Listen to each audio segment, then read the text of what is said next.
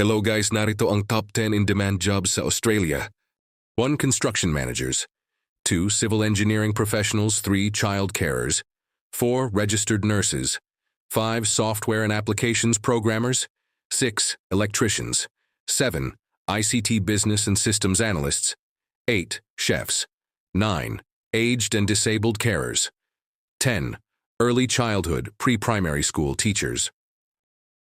Ito naman ang mga online jobs application na pwede ninyong applyan para sa trabaho na gusto ninyo. Pwede kayong bigyan ng visa sponsorship ng employer kung sakaling ma-hire nila kayo. Mag-sign up at mag-register lang kayo sa mga online application na yan. Pumili ng gusto ninyong trabaho at lugar kung saan. Madaming trabaho ang naghihintay sa inyo. Huwag mawalan ng pag-asa. Apply lang ng apply. Sipag at tiyaga lang ang kailangan. Ayun lang guys at maraming salamat sa panunood. Sana makatulong ang video na ito sa inyo.